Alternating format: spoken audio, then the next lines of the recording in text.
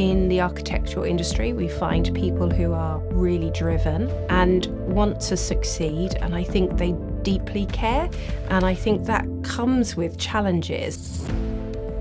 The industry itself comes with high levels of pressure, high turnovers, high achievement. So I find a high level of perfectionism tends to be quite present for people within architecture. High levels of burnout as well, because they're trying to achieve these unrelenting standards.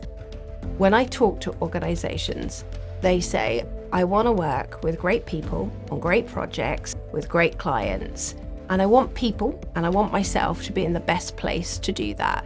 Creating that right environment, you start to see the payback tenfold.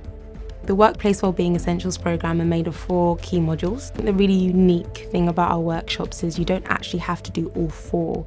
You can actually focus on one area or module that you find is relatable for you at the time. But doing all 4 helps to create an integration and look at actually how different aspects all interlink. There's an increase of mental health and well-being, but also an increase of productivity and engagement.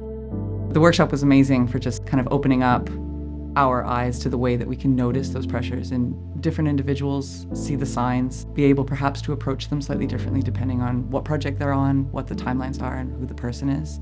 And even just perhaps being able to think about things slightly differently and stepping outside of those pressures and saying, okay, how can I apply some of these tools to my team? I find very, very useful and something that I think everyone in the workshop will be able to take forward. I don't think there's a series of workshops that's been created like this before that takes the whole picture into account. The Workplace Wellbeing Essentials programme looks at health and wellbeing and performance from a macro level, so organisational studio level. What can we do to create a culture of health, wellbeing and performance?